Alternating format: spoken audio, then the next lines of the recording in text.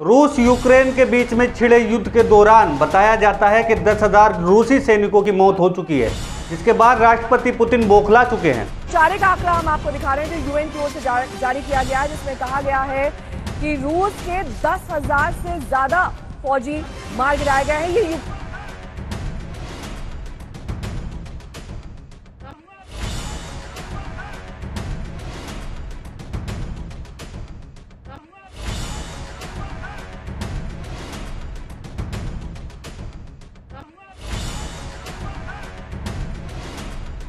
नमस्कार, आदाब, सत श्री अकाल। आप देख रहे हैं द नेशन वॉइस।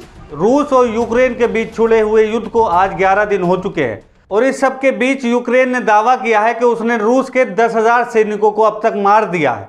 वहीं दूसरी तरफ खबरें ये भी हैं कि 351 यूक्रेनी नागरिकों की अब तक इस युद्ध के दौरान मौत हो चुकी है, जिसके बाद यूक्रेन के राष्ट्रपति जेलेंस्की ने नाटो से यह अपील की है कि वो यूक्रेन के एयर स्पेस को बंद कर दे, जिस पर पलटवार करते हुए राष्ट्रपति पुतिन ने कहा है अगर ऐसा होता है तो वो उन देशों को इस युद्ध में शामिल समझेंगे जो ऐसा करने की हिम्मत करेंगे या हिमाकत करेंगे। यूक्रेन जंग के 11 दिन में 351 नागरिकों की मौत हुई है। ये यूएन ने आंकड़े जारी किए। हालांकि ये आंकड़ा और ज्यादा भी हो सकता है कि रूस के 10,000 से ज्यादा फौजी मार गिराए गए हैं। ये यूक्रेन की ओर से दावा किया गया है। वहीं नागरिकों की मौत पर जो यूएन ने आंकड़ा जारी किया है, 11 दिन में 351 नागरिकों की मौत बताई गई है। वहीं जिस तरीके से लगातार भीषण हमले यूक्रेन की ओर से भी जारी हैं, आम नागरिकों को भी युद्ध के लिए तैयार किया जा रहा है, उससे लगता है कि ये संघर्ष अभी यहाँ पर थमने वाला नहीं है। क्योंकि एयर स्पेस को बंद करने का मतलब ये माना जाएगा कि जो भी देश एयर स्पेस को बंद करेगा वो मिलिट्री के साथ इस युद्ध में शामिल माना जाएगा।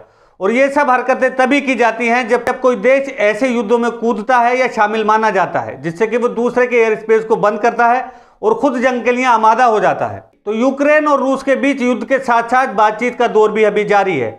आने वाले कल में एक बड़ी बैठक होने वाली है, जिसके बाद उम्मीद की जा रही है कि कोई फैसला या कोई रास्ता इस युद्ध से निपटने का मिल सकता है। वहीं दूसरी तरफ जानकारों का मानना है कि ये युद्ध अगर ज्यादा लंबा खिंचता है तो इसमें यूक्रेन को ज्यादा नुकसान होगा, ज्यादा क्षति पहुंचेगी और ज्यादा ही बड़ी तबाही झेलनी पड़ेगी। यूक्रेन और रूस के बीच छिड़े युद्ध के दौरान भारतीय नागरिकों या भारतीय छात्रों को वापस लाने की अभी भी भारत सरकार कोशिशें लगातार कर रही है। इसी सब के चलते 154 छात्रों को लेकर एक फ्लाइट आज भी भारत पहुंची है। गंगा के तहत छात्रों को निकालने का मिशन जारी है और हर दिन यूक्रेन के अलग अलग बॉर्डर से वहां फंसे भारतीय छात्रों को वापस देश लाया जा रहा है। 154 भारतीयों को लेकर दिल्ली फ्लाइट पहुंची है। ऑपरेशन गंगा के तहत लगातार ये मिशन जारी है। लेकिन भारत के प्रधानमंत्री नरेंद्र मोदी इस सब मुद्दों पर बहुत ज्यादा सक्रिय या बहुत ज्यादा गंभीर नजर नहीं आते हैं।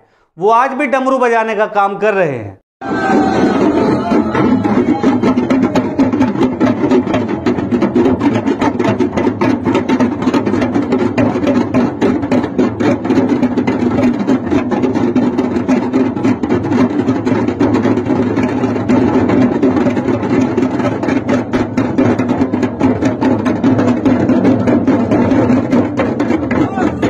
अंतर्राष्ट्रीय स्तर पर इतनी बड़ी खलबली मची हुई है और लेकिन भारत के प्रधानमंत्री नरेंद्र मोदी डमरू बजा रहा है। ये सोचने वाली बात है कि वो अपने देश के लिए इन सब मुद्दों पर कितना गंभीर है।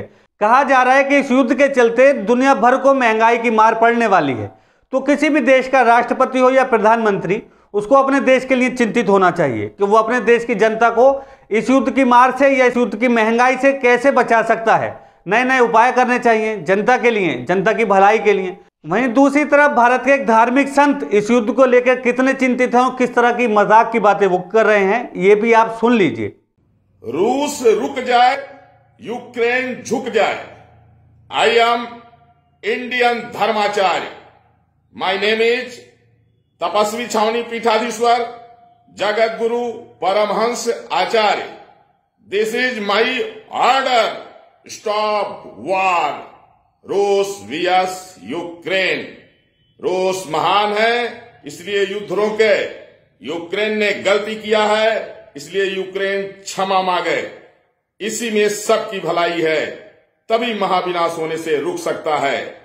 तो ये कोई नई बात नहीं है। जब भारत देश के प्रधानमंत्री इस युद्ध को लेकर इतने गंभीर नहीं है तो आम जनता से ऐसी उम्मीद ही की जा सकती है।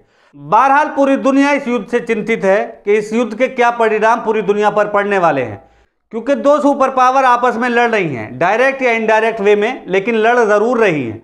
अब देखना होगा कि इस युद्ध का क्या पूरी दुनिया पर परिणाम पड़ेगा और किस तरह जल्दी से इस युद्ध को खत्म करने के उपाय किए जा सकते हैं, जिससे कि पूरी दुनिया में एक शांति बहाल की जा सके और बहुत सारे लोगों को इस नुकसान से बचाया जा सके। आप ऐसी और बहुत सारी खबरों के लिए देखते रहिए द नेशन वॉइस। धन्यवाद।